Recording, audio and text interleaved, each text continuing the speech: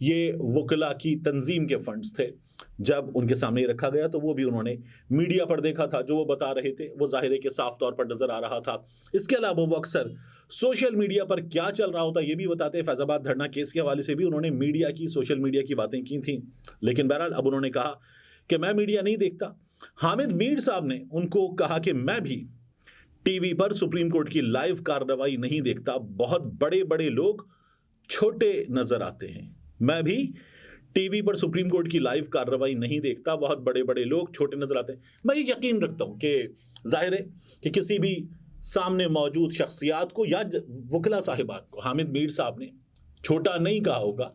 وہ چونکہ بہت چھوٹی سی اسکرین ہوتی ہے ٹیلی ویژن کی, سائڈ پہ بریکنگ کیوبز گھوم رہے ہوتے ہیں, گرافکس چل رہی ہوتی ہیں, اور ایک چھوٹے سے حصے میں اوپر جج صاحبان نظر آ رہے ہوتے ہیں, نیچے وکلا نظر آ رہے ہوتے ہیں, اور اگر کبھی میڈیا کے لوگ بیٹھے ہوئے ایک اور ونڈو میں نظر آ رہے ہوں تو یہ سب کچھ ہوتا ہے. تو اس لیے شاید بہت چھوٹے چھوٹے سے لوگ نظر آتے. تو حامد میر صاحب نے یہ بات کی تھی, اور اس کا یقیناً کسی کو چھوٹا کہنے سے مجھے یقین ہے کہ کوئی تعلق نہیں ہوگا. اس کے بعد قاضی فائز عیسیٰ کی عدالت میں عمران ریاض خان کا نام آیا, اور پہلے یہ پوچھا گیا تھا کون عمران ریاض خان, تو پورا سوشل میڈیا بھر گیا کہ الحمدللہ ہم عمران ریاض کو جانتے ہیں.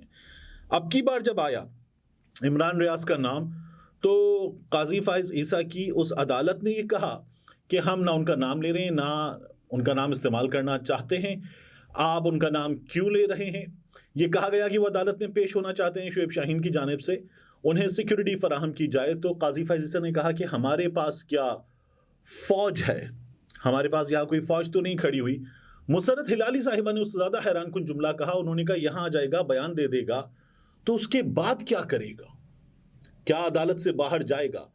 یعنی یہ بتایا گیا کہ باہر جانے پر پھر کچھ ہو سکتا ہے. اس کے ساتھ یہ بات کی گئی, اور وہ شخص جو اسی ملک میں تھا اور اس ملک سے باہر جا رہا تھا, بتا کے جا رہا تھا, ایئرپورٹ سے جا رہا تھا, وہ کہیں کنٹینر میں چھپ کے نہیں جا رہا تھا. ایئرپورٹ سے پاکستان کا سب سے مقبول صحافی, لوگوں کا جانا پہچانا چہرہ جا رہا تھا. تو پھر پولیس آئی اور پولیس نے آ کے اسے وہاں سے گرفتار کیا. اس نے خود گرفتاری دی اور اس کی ویڈیو بنی, اور پھر اس کے بعد وہ ویڈیو پیش ہوئی عدالت میں. اس کے ساتھ ویڈیو پیش ہوئی اس کے گھر کی, جب اس کے گھر پر چھاپا مارا گیا تھا. حالانکہ وہاں سے ڈی وی آر وغیرہ لے جائے گئے تھے, لیکن ویڈیو پھر بھی موجود تھی. پھر اس کے بعد پولیس نے ایک ویڈیو پیش کی عدالت میں کہ یہ ہماری کسٹڈی سے نکل کر ایک گاڑی میں موجود افراد کے ساتھ, جن کے چہروں پر ماسک تھے, چلا گیا تھا, ان سے ہاتھ بھی ملایا تھا. طلعت حسین نے یہ باتیں کی تھیں.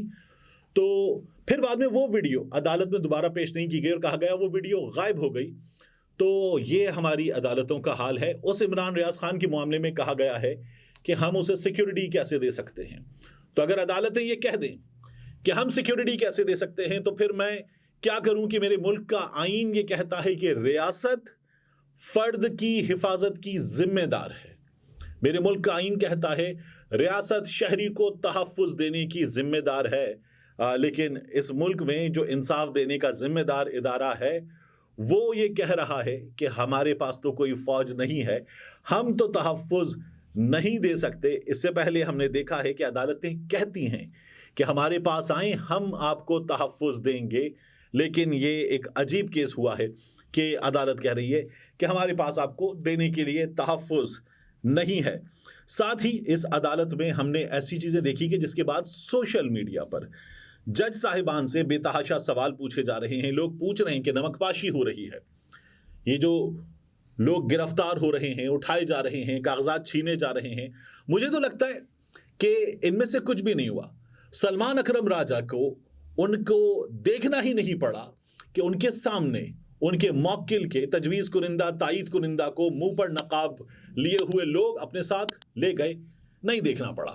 ہم نے دیکھا ہی نہیں کہ مونس الہی کی والدہ سے کاغذات چھینے ہو, ہمیں نہیں پتا. ہم نے دیکھا ہی نہیں کہ ایک آرو نے یہ کہا ہو کہ ہاں کروا دیا میں نے گرفتار, بولیے کیا کرنا ہے.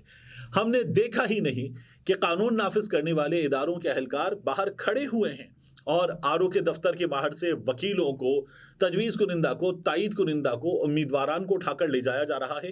ہم نے دیکھا ہی نہیں. ہم نے دیکھا ہی نہیں کہ مہرنگ بلوچ اور ان کے ساتھی اسلام آباد میں داخل ہو رہے تھے اور ان پر واٹر کینن سے محبت کا اظہار کیا جا رہا تھا، پانی برسایا جا رہا تھا شدید سردی میں اسلام آباد کی، ہم نے دیکھا ہی نہیں۔ تو عدالت جو ہے اس نے کہا کہ ہم میڈیا نہیں دیکھتے، تو پھر لطیف کھوسا نے کہا کہ میں یہاں چلا دیتا ہوں، میرے پاس سی ڈی ہے، ہم عدالت میں چلا دیتے ہیں۔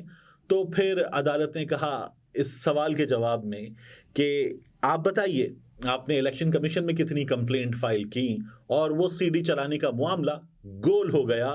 اس پر عدالت نے کوئی بات ہی نہیں کی، وہ ثبوت تھے لیکن وہ ثبوت عدالت میں پیش نہیں کیے جا سکے۔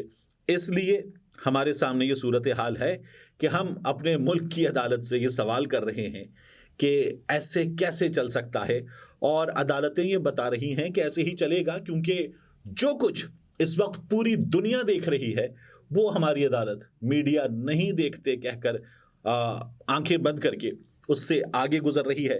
یہ ایک بہت بڑی اور بہت بری حقیقت ہے۔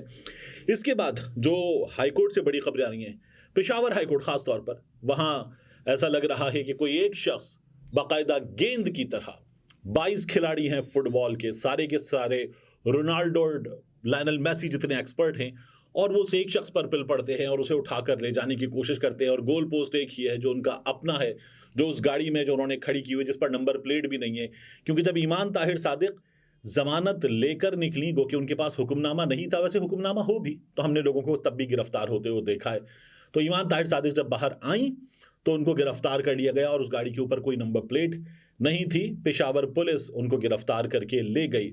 زرتاج گل جب تک آپ یہ ویڈیو دیکھ رہے ہوں گے تو ممکنہ طور پر گرفتار ہو چکی ہوں گی، کیونکہ جب میں یہ ویڈیو ریکارڈ کر رہا ہوں تو ابھی 4:15 اور زرتاج گل صاحبہ جو ہیں وہ پشاور ہائی کورٹ کے اندر ہیں، باہر پولیس ان کے استقبال کے لیے، انہیں اپنا مہمان بنانے کے لیے تیار ہے، اور یہ گرفتاری بھی ممکن ہے۔ بلے کا نشان جو پاکستان تحریک انصاف سے لے لیا گیا ہے، اب اس پر ڈویژنل بینچ فیصلہ کرے گا، لیکن یاد رکھیے گا کہ بلے کے اس نشان کے معاملے میں ہوا کیا کہ ہمارے ہاں الیکشن کمیشن نے ایک فیصلہ دیا، پاکستان تحریک انصاف الیکشن کمیشن کے اس فیصلے کے خلاف پشاور ہائی کورٹ گئی، جہاں انہوں نے اپنے انٹرا پارٹی انتخابات کروائے تھے، اور اس کے بعد اکبر ایس بابر کو، رونے والی نورین کو، یا دیگر رونے والے 12 افراد کو پشاور ہائی کورٹ جانا چاہیے تھا، لیکن خود الیکشن کمیشن آف پاکستان پہنچ گیا پشاور ہائی کورٹ، اور اب الیکشن کمیشن کا فیصلہ بحال ہو گیا ہے۔ حتمی فیصلہ 9 جنوری کو ہوگا، جب ڈویژنل بینچ اس سلسلے میں فیصلہ کرے گا، اور پھر ہمارے سامنے آئے گا کہ کیا ہو رہا ہے اس معاملے میں۔ ابھی تک کی صورتحال یہ ہے کہ الیکشن کمیشن خود پارٹی بن کر عمران خان کی جماعت کے خلاف، بلے کے نشان کے خلاف ہائی کورٹ پہنچ گیا ہے۔ یہ کیسا لگے گا کہ اگر یہ جو ماتحت عدالتیں ہیں، سیشن کورٹس ہیں، یہاں سے فیصلے آئیں اور سیشن کورٹس اپنے فیصلوں کو ہائی کورٹ میں جب کالعدم قرار دے دیا جائے، تو سیشن کورٹس، ملک بھر کی سیشن کورٹس جائیں اور سپریم کورٹ میں جا کر ہائی کورٹ کے فیصلوں کے خلاف اپیلیں کریں۔ کیسا لگے گا اس نظام کے چلانے والوں کو؟ ایسا ہی الیکشن کمیشن آف پاکستان نے کیا ہے۔ بہرحال 9 جنوری کو اس سلسلے میں حتمی فیصلہ ہوگا۔ اس کے علاوہ ایک فیصلہ اور ہو گیا ہے، یہ فیصلہ ہوا ہے اڈیالہ جیل میں۔ چیئرمین پاکستان تحریک انصاف عمران خان صاحب، ان پر فرد جرم عائد کر دی گئی ہے، ان کے ساتھ فرد جرم عائد کر دی گئی ہے فواد چودھری پر، کہ انہوں نے الیکشن کمیشن کی توہین کی، مختلف تقاریر، بیانات، انٹرویوز وغیرہ الیکشن کمیشن کی توہین کی ہے، اور اس توہین کی کارروائی اب الیکشن کمیشن جو ہے وہ کر رہا ہے۔ توہین کی کارروائی ویسے عدالت کیا کرتی ہے، الیکشن کمیشن اپنی ساخت میں چونکہ عدالت نہیں ہے تو وہ یہ توہین کی کارروائی نہیں کر سکتا، یہ پاکستان تحریک انصاف کے لوگ کرتے ہیں، لیکن فرد جرم عائد ہوگی تو یہ کارروائی ہو رہی ہے۔ اس کارروائی میں عمران خان صاحب پر فرد جرم عائد ہو گئی ہے۔ اگر الیکشن کمیشن اس فرد جرم کے عائد کرنے کے بعد عمران خان صاحب کو مجرم قرار دے دے گا، الزام سے جرم تک کا سفر اگر طے ہو جائے گا، تو عمران خان صاحب کو اس میں 6 مہینے کی، 1 مہینے کی یا کوئی بھی سزا ہو سکتی ہے، اور عمران خان صاحب 5 سال کے لیے ایک اور بار نااہل ہو سکتے ہیں۔ پہلی بار وہ نااہل ہوئے تھے توشہ خانہ کے کیس میں، یہ عمران خان صاحب کی دوسری نااہلی ہو سکتی ہے۔ اس میں چونکہ بیانات ہیں تو بعض لوگوں کا یہ خیال ہے کہ یہ جو نااہلی ہے یہ شاید کسی جگہ سٹینڈ کر جائے۔ اکثریت کی رائے ہے کہ ایسا نہیں ہوگا، لیکن بعض لوگوں کی رائے ہے کہ یہ شاید کہیں سٹینڈ کر سکتی ہے۔ توشہ خانے والی جو نااہلی ہے وہ بھی سٹینڈ نہیں کر پائے گی. تو اب دیکھیے کہ کیا بنتا ہے. لیکن الیکشن کمیشن آف پاکستان جس وقت ملک میں الیکشن ہونا ہے اور الیکشن کمیشن کو تمام جماعتوں کو یکساں برابری کے مواقع مہیا کرنے ہیں، وہ ایک جماعت کے بانی چیئرمین کے خلاف توہین عدالت کی کارروائی کر رہا ہے. اور یہ وہ لوگ ہیں جن کے خلاف فضل الرحمان نے، مریم نواز شریف نے ان کے ادارے کے دروازے پر جا کر مظاہرہ کیا تھا اور ان کے خلاف بات کی تھی، تو اس پر کوئی کارروائی نہیں ہوئی تھی. اس نظام میں عمران خان ایلین ہے. ان سیاسی جماعتوں، ان سیاسی طاقتوروں، ان غیر سیاسی طاقتوروں کے سامنے عمران خان ایلین ہے. یہ اس ایلین کو ٹکنے نہیں دینا چاہتے. جس طرح مارکیٹ میں کچھ روایتی دکاندار ہوتے ہیں جو ایک غیر روایتی دکاندار کو، ایک نئے آنے والے کو مارکیٹ میں ٹکنے نہیں دیتے، آپس کے اختلافات بھلا دیتے ہیں، لیکن اس نئے غیر روایتی دکاندار کے خلاف وہ سب کے سب ایکا کر لیتے ہیں. یہی صورتحال ہمیں عمران خان کے معاملے میں نظر آ رہی ہے اور یہ ایک اور بڑا کیس ہے. ملتے ہیں انشاءاللہ آپ سے اگلی ویڈیو میں.